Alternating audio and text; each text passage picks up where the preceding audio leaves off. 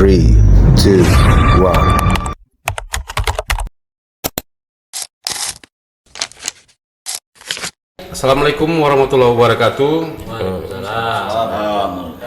Teman pemilih di luar sana.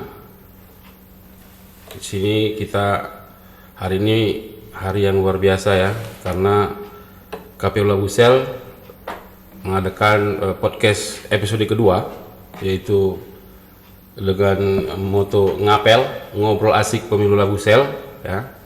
Hari ini kita membahas terkait temanya, yaitu kegiatan pasca pilkada dan pemilu ya. Kita kehadiran 5 komisioner ya, komisioner KPU Labuan Batu Selatan. Saya akan memperkenalkan diri saya dulu sendiri, yaitu saya Arya Divitra sebagai host kali ini di podcast KPU Labusel.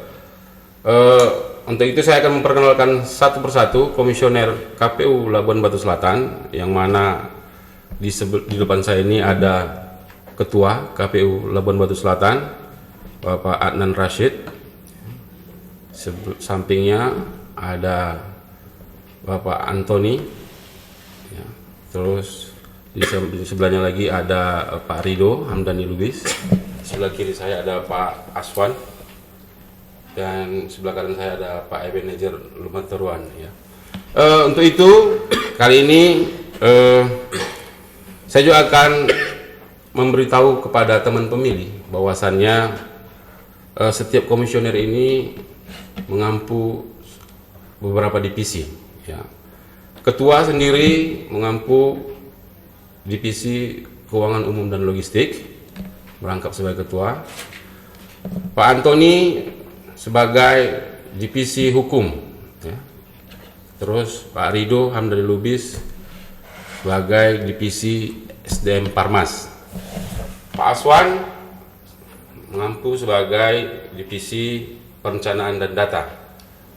Pak Ebenezer Lumanteruan mengampu sebagai divisi teknis. Untuk itu saya akan bertanya kepada yang pertama kepada ketua ya. Apa kabar ketua?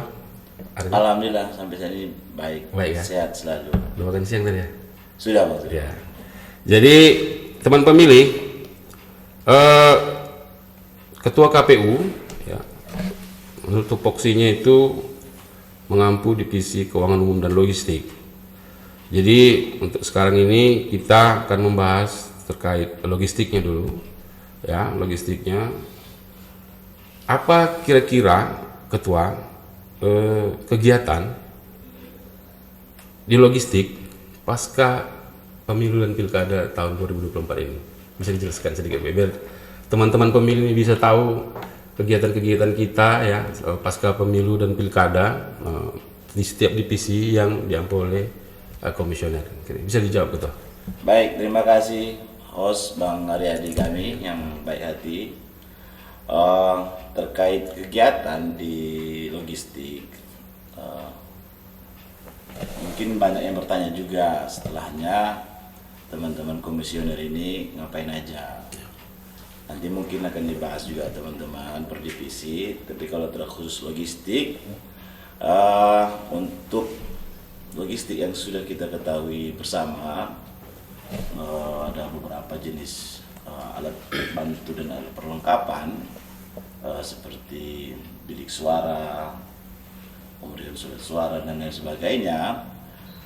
Setelahnya, setelah pelaksanaan pemilihan serentak, bahwa logistik ini sudah kami lakukan lelang yang dilaksanakan di kantor KPKNL di kantor kisaran, baik itu untuk pemilu dan untuk pemilihan serentak tahun 2024. Dan sisanya yang tidak dilelang seperti formulir dan lainnya kita arsipkan di kantor KPU yang nantinya akan menjadi arsip baik secara nasional ataupun secara lokal, baik di tingkat kabupaten, sehingga nantinya ini akan menjadi catatan sejarah tersendiri bagi kita, bagi mereka juga yang ingin peduli terhadap demokrasi di Kabupaten Lampung Selatan. Saya kira itu Bang Redi pasca kegiatan tahapan pemilihan serentak.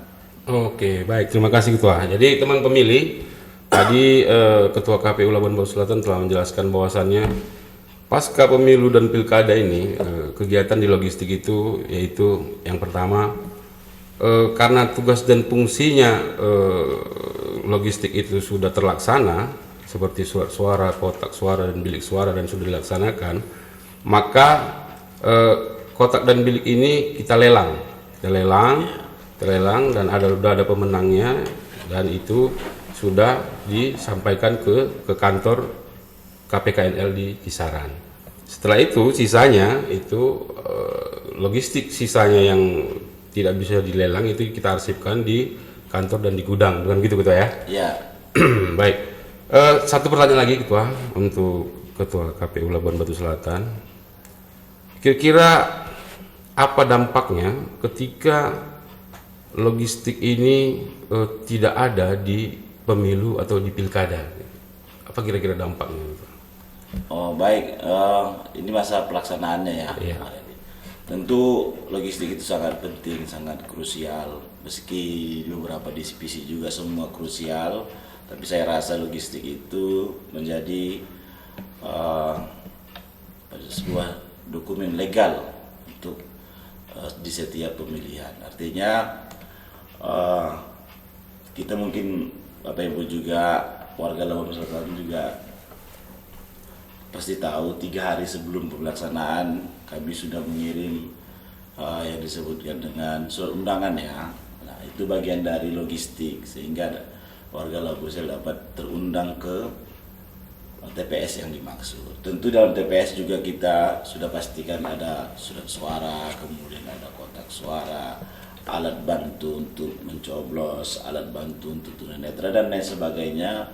Kemudian juga menyediakan DPT dan kemudian dokter hadir ya. Banyak hal lah itu yang berkaitan dengan logistik. Artinya semua yang terjadi, semua yang kita siapkan dalam logistik ini menjadi dokumen yang legal. Karena setelahnya pelaksanaan itu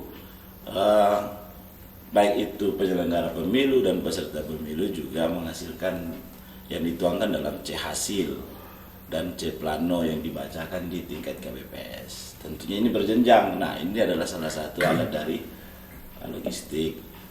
Kemudian di tingkat rekap kecamatan juga ada rekapnya Bang Aredi.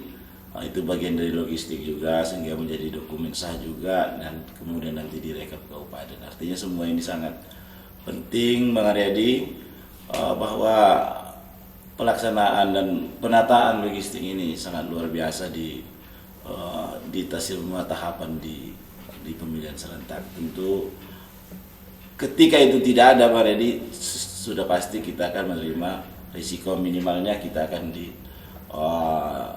paling tidak akan diugat di tingkat yang lebih tinggi atau biasa di Mahkamah Konstitusi terkait kesiapan kita ataupun ketiadaan legalitas atau dokumen yang disiapkan yang seharusnya ada di semua tingkatan. Saya kira itu Bang Redi, nanti mungkin kita bisa ngobrol lagi untuk membahas dengan logistik ini. Sekian. Ya baik, terima kasih Ketua atas penjelasannya. Saya kira sangat terperinci untuk pembahasan pentingnya logistik di dalam suatu pemilihan pilkada dan pemilu. Kita bergeser ke sebelah Ketua ya. Okay. Ada Pak Antoni Ritonga Espil ya. Ini Bapak ini mengampu divisi hukum selimutnya KPU.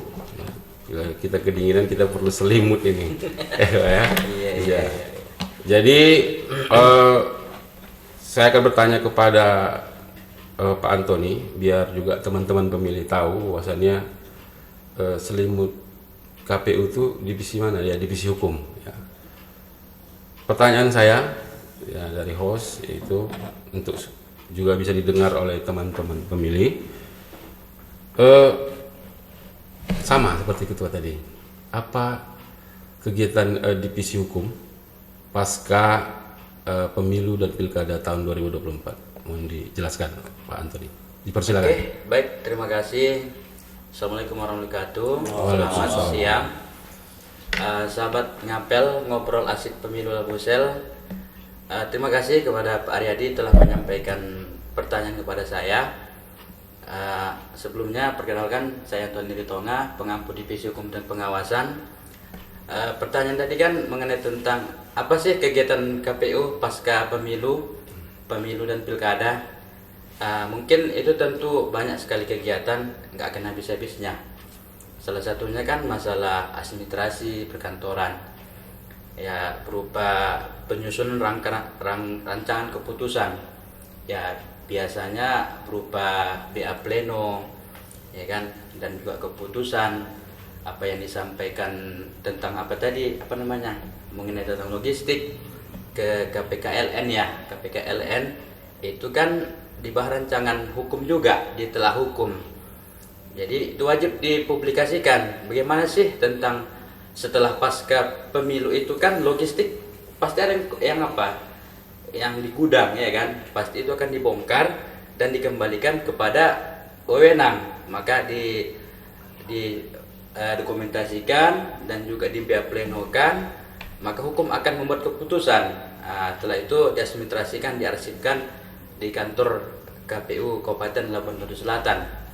Terus itu setelah nanti kita akan sudah sesuai, maka ditelaah hukum dan diadvokasikan, ya kan. Bagaimana sih tentang barang-barang tersebut, apakah sudah sesuai dengan peraturan perundang-undangan yang kita sampaikan, apakah belum, maka kita akan telah hukum juga masalah itu. Makanya kan ada namanya koordinasi dan juga kita sampaikan kepada pihak yang bersangkutan masalah itu kan, baik itu dari segi pengawasan dan pengendalian internalnya, ya kan, apakah dari divisi hukum pengawasan apakah barang itu sudah sampai kan, apakah belum, apakah sudah sampaikan. Nanti takutnya kan kalau belum disampaikan pasti kita akan diminta pertanggungjawabannya melalui KPKLN ataupun inspektorat. Mungkin itu saja dari saya. Ya, baik, terima kasih Pak Antoni. Tadi kan itu pasca pemilu dan pilkada. Ini pertanyaan kedua untuk divisi hukum. Ketika masa tahapan dan dari peserta pemilu ada yang menggugat ke KPU Labuan Batu Selatan yang berujung nanti ke Mahkamah Konstitusi. Kira-kira upaya apa saja yang dilaksanakan divisi hukum untuk bisa menyelesaikan gugatan tersebut di MK? Saya kira itu pertanyaannya Pak Antoni. Oke, kemarin di bulan 1 dan di bulan 2 itu kemarin ada gugatan dari 03 dari Aribowo. Jadi kemarin itu ada beberapa yang disampaikan pihak yang pemohon, bahwasanya itu mengenai tentang surat suara dan juga tentang pemilih. Itu dari KPU sendiri itu sudah menyelesaikan, ya. Jadi memang dalam menyelesaikan PHP ini mesti ada yang namanya pengacara dan juga menyiapkan yang namanya alat bukti berupa dokumentasi, publikasi. Jadi itu terkumpullah dalam berkas, baik itu secara gambar, secara dokumen ataupun secara video dan sebagainya. Maka akan kami serahkan kepada pengacara. Dikumpullah ini dengan jawaban termohon. Pemohon menyampaikan dan kita sebagai termohon, pengacara kita undang dan kita ajukanlah kepada MK, Mahkamah Konstitusi. Jadi alhamdulillah dengan adanya gugatan itu terjawab semua. Dan kemarin di bulan 2 akhir tanggal 24 kalau nggak salah, putusannya obscurable, yaitu kabur ya divisi teknis. Jadi dibantu oleh divisi teknis Pak Eben Ejer. Jadi teknis dan hukum itu menyelesaikan, teknis dalam artian kata dalam bentuk fisik nyata, dan saya dan juga menyiapkan berkasnya untuk menyelesaikan perselisihan hasil pilkada tersebut. baik itu pemilu dan pilkada. Mungkin itu saja. Baik, terima kasih Pak Antoni atas penjelasannya terkait divisi hukum ya, selanjutnya KPU. Kita lanjut ke sebelah kiri lagi, di ujung ada Pak Rido. Apa kabar Pak Rido? Alhamdulillah sehat Bang Reddy. Sudah minum kopi? Alhamdulillah sudah. Sudah. Meskipun kopinya bayar sendiri. Iya, siap.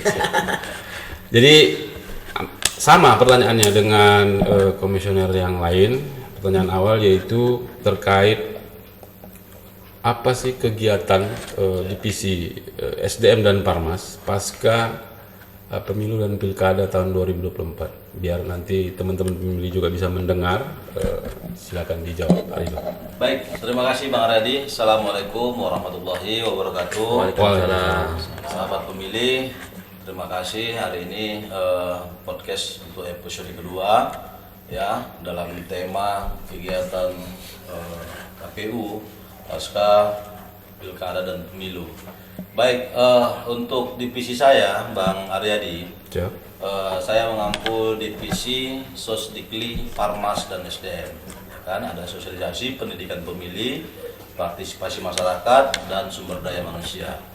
Jadi dalam kegiatan setelah proses pilkada pemilu ada beberapa hal yang kami lakukan di divisi Sosdikli, Parmas dan SDM. Yang pertama itu terkait evaluasi, ya evaluasi bagaimana proses rekrutmen badan ad hoc misalnya, itu sudah kami lakukan evaluasi. Bagaimana kekurangan-kekurangan kita kemarin ketika rekrut dan untuk kedepannya itu bisa menjadi acuan bagi kita dalam proses rekrut SDM. Nah khususnya itu terkait badan ad hoc ya. Karena ini adalah ujung tombak kita ya saat menjalankan proses pemilu baik itu pilkada. Jadi kalau badan ad hoc kita itu yang memang orang-orang profesional, maka insya Allah pilkada pemilu bisa berjalan dengan baik. Kemudian meskipun hari ini setelah selesai pemilu pilkada, kami di divisi Sosdikli dan Parmas tetap melakukan pendidikan pemilih ya, bagi masyarakat, baik itu secara langsung maupun tidak langsung. Ya salah satunya adalah podcast ini. Jadi podcast ngapil ini Bang Reddy dan sahabat pemilih sekalian, ini adalah salah satu produk dari divisi Sosdikli, Parmas dan SDM agar menyampaikan informasi-informasi terkait kepemiluan ya kepada masyarakat kita. Jadi memang untuk episode kedua ini memang Bang Reddy kemarin kita itu launching episode pertama dan yang kedua ini kita mendengarkan dari seluruh komisioner, dan untuk kedepannya kita juga sudah siapkan pemateri-pemateri kita ya untuk menyampaikan terkait pemahaman-pemahaman terkait pemiluan.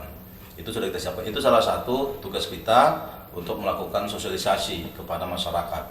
Nah, artinya apa? Ini untuk meningkatkan partisipasi pemilih untuk kedepannya. Jadi banyak lagi nanti agenda-agenda kita di Sosdikli dan Parmas untuk melakukan sosialisasi dan pendidikan kepada masyarakat, dan kita akan bagi segmen-segmennya ya, baik itu sasarannya baik itu ke masyarakat langsung maupun secara media begini. Namun karena kami menganggap melakukan sosialisasi ini sangat efektif ya, karena melihat hari ini mungkin sudah jarang kita temukan orang yang tidak memakai Android, yang tidak menggunakan media sosial gitu kan. Makanya hari ini memang kami menggalakkan di divisi untuk menyampaikan informasi-informasi itu melalui media-media online ya, baik itu media sosial, baik itu media cetak dan sebagainya. Dan ini harapan kita ke depan bisa memberikan kontribusi pemahaman kepada masyarakat kita. Saya kira itu aja dulu Bang Radhi, nanti kita bisa diskusi lagi. Terima kasih Bang. Ya, baik. Terima kasih Pak Rido ya. Kayaknya udah panjang lebar, terperinci ya. Siap Bang. Dan saya rasa untuk Parmas satu pertanyaan aja, tapi sudah dijawab semuanya. Siap. Ya, kita bergeser ke sebelah kiri saya. Ada divisi perencanaan dan data Pak Aswan Dalimunte ya.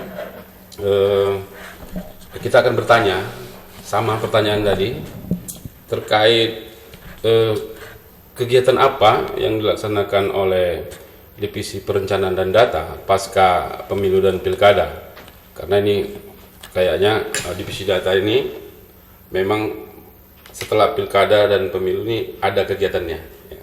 Bisa dijelaskan Pak Aswan biar bisa didengarkan oleh teman-teman pemilih yang ada di luar sana. Terima kasih, persilakan. Baik, terima kasih Bang Aryadi. Assalamualaikum warahmatullahi wabarakatuh. Waalaikumsalam. Salam sehat untuk sahabat pemilih yang menyaksikan podcast kali ini. Terkait dengan pertanyaan Bang Aryadi, apa sih kerjaan Divisi Perencanaan Data dan Informasi? Di sini saya bagi 3. Ya, yang pertama perencanaan sesuai dengan Impres nomor 1 tahun 2005 dan ditindaklanjuti dengan surat nomor 654 terkait dengan efisiensi anggaran. Di perencanaan anggaran itu disesuaikan dengan itu, sehingga kegiatan-kegiatan itu harus kita sesuaikan dengan Impres nomor 1. Itu terkait dengan perencanaannya. Terkait dengan data, nah ini dia kawan-kawan, sampai hari ini kami masih melakukan pemutakhiran data pemilih berkelanjutan per 3 bulan. Rencananya tanggal 3 Oktober kita akan mengadakan rapat pleno tingkat kabupaten. Saat ini kami akan terus turun ke desa, ke masyarakat untuk memastikan pemilih yang ganda, pemilih yang meninggal, pemilih yang pindah masuk, pemilih yang pindah keluar, pensiunan TNI atau yang baru masuk TNI Polri, ya. Kemudian Bang Aryadi, ada kami temukan nicknya itu ada juga nick yang tidak valid. Ada juga kami temukan bahwa dia berusia 100 tahun, tetapi di DPT dia itu masih hidup. Ya. Masakannya ini kami akan melakukan juga Pastikan. coktas untuk memastikan itu apakah masih hidup atau enggak. Itu terkait dengan data. Yang ketiga terkait dengan informasi, kemarin data yang menggunakan Sirekap ya, biasanya itu teknis, sekarang itu diberikan kepada Divisi Perencanaan Data dan Informasi. Ini adalah suatu hal yang baru dan kami alhamdulillah bisa melaksanakannya dengan baik. Dan kemarin kami juga di tingkat provinsi juga sudah melaksanakan evaluasi pemilu. Apa sih evaluasi kita selama penyelenggaraan pilkada ini sudah kami sampaikan lengkap di provinsi. Mungkin itu saja Bang Aryadi untuk mempersingkat waktu. Ya. Saya kembalikan. Baik, terima kasih Pak Aswan ya. Sudah lengkap tadi kayaknya yang sudah dijelaskan oleh Pak Aswan yang mengampu Divisi Perencanaan Data dan Informasi. Tiga-tiganya dibedah ya, perencanaannya, datanya dan informasinya. Saya kira itu sudah didengar oleh teman pemilih ya. Oh, satu lagi Bang Aryadi, Iya, apa tuh? saya tadi lupa. Ya. Nah, mana tahu masyarakat sahabat pemilih Iya. ingin mengetahui berapa sih DPT pemilih dari pilkada pertama di Labuset sampai hari ini kita di kantor menyediakan informasi terkait itu. Silakan datang ke kantor, di sini kita siapkan data mulai dari pilkada, pemilu, setiap itu kita sampaikan. Silakan masyarakat datang ke kantor. Tapi menambah ini Bang Radi. Ya, siap. Artinya boleh juga itu nanti untuk kita upload di media juga. Iya, sudah kita upload nanti juga. kita buat flyernya Iya. di kawan-kawan, nanti via kawan-kawan di data memberikan ke divisi Parmas ya kan, supaya dibuatkan flyer ya. Kita buatkan flyer dan itu kita sampaikan di Iya. media-media sosial Betul, kita. betul, sepakat. Artinya biar masyarakat juga tidak harus datang ke kantor tapi bisa melihat dari media sosial kita. Sosial, Itu ya. tambahannya. Siap. Nah, jadi gitu ya teman pemilih ya, untuk DPT ya, masyarakat bisa datang langsung atau nanti bisa lihat dari media sosial KPU Labuan Batu Selatan yang akan diupload di media sosial KPU Labuan Batu Selatan. Ini yang terakhir yang sungguh teknis ya, diampu oleh Pak Ebenezer Lumban Toruan SPD Senior 2 periode. mengampu divisi teknis ya, kepemiluan. Pertanyaan sama Pak Eben ya. Kira-kira apa kegiatan divisi teknis pasca pilkada dan pemilu tahun 2024? Silakan. Nggak boleh saya jawab. Tadi pertanyaannya beda-beda. Yang ditanya tadi udah makan apa belum? Saya ingin sekali udah makan. Iya, nggak apa-apa. Nah, saya tahu Bapak itu kenyang ini. Baik. Oke. Baik ya, saya jawab ya. Ya. Terima kasih sahabat pemilih. Untuk divisi teknis sendiri, kami telah melakukan review regulasi terkait surat KPU nomor 1109. 2 diantaranya adalah kita angkat dari KPU Labuset itu terkait penentuan daerah pemilihan dan desain surat suara. Nah, kenapa ada review regulasi ini? Supaya perbaikan pelaksanaan pemilihan dan pemilu dia akan datang. Itu yang pertama. Kemudian di teknis sendiri, sesuai dengan PKPU 5 tahun 2002 tentang tata kerja KPU Provinsi dan Kabupaten Kota, 2 di antara 7 tugas divisi teknis itu adalah 1. Pendaftaran dan verifikasi partai politik calon peserta pemilu. Dan ini berlanjut terus. Pada saat tahapan, kita sudah melakukannya dengan baik. Nah, di pasca tahapan ini, verifikasi partai politik itu tetap berlangsung. Ketika ada munas DPP di partai tingkat pusat, ini tentunya akan merubah struktur kepengurusan, kantor, keanggotaan, dan kader-kadernya. Disitulah tugas KPU selaku divisi teknis mengupgrade struktur terbaru tentang kepengurusan, keanggotaan, dan alamat kantor itu sendiri di daerah, khususnya di Labuan Batu Selatan. Dan itu terus berlangsung di Sipol. Kemudian satu lagi di antara tugas divisi teknis itu adalah menetapkan dan mendokumentasikan hasil pemilu dan pemilihan. Kita sudah menetapkan 35 DPRD. Ketika ada PAW akibat adanya pengunduran diri, meninggal dunia, atau diberhentikan dari partai tersebut, sehingga nanti proses PAW-nya kita akan mendokumentasikan, melihat dokumentasi kita dari formulir DB1, siapa peringkat suara kedua berikutnya. Dan itulah tugas divisi teknis sampai menjelang pemilu dan pemilihan yang akan datang. Terima kasih Pak Aryadi. Baik, terima kasih Pak Eben. Sudah dijelaskan tadi terkait kegiatan bagian teknis pasca pemilu ya. Tadi ada juga yang mau diusulkan yaitu terkait surat suara ya. Terus daerah pemilihan dapil ya. Mudah-mudahan ini bisa terwujud dan itu salah satu usulan dari KPU Labuan Batu Selatan, nantinya akan membawa nama KPU Labuan Batu Selatan juga. Bisa satu lagi himbauan. Apabila memang ada warga Labusel yang tercatut namanya di partai politik, apabila ingin menghapus, silakan datang ke kantor KPU. Karena helpdesk kita tetap kita buka. Nanti operator akan melakukan upload tanggapan masyarakat tersebut ke Sipol, sehingga nanti bisa dilihat oleh DPP-nya, kemudian menghapus nama yang tercatut di partai politik tersebut. Sekali lagi kami sampaikan, KPU sendiri tidak berhak, tidak punya wewenang untuk menghapus nama yang tercatut di partai politik. KPU hanya bisa memfasilitasi, memediasi ke DPP partai yang bersangkutan untuk menghapus keanggotaan tersebut. Mungkin itu aja Bang Redi. Oke, terima kasih Pak Eben. Baik, teman pemilih, mungkin ini adalah sesi terakhir dari podcast kita yang kedua ini ya. Saya tutup dengan pantun ya. Minum jamu biar bertenaga. Cakep. Giatlah menuntut ilmu, tapi ilmu jangan dituntut karena tidak bersalah. Terima kasih. Assalamualaikum warahmatullahi wabarakatuh.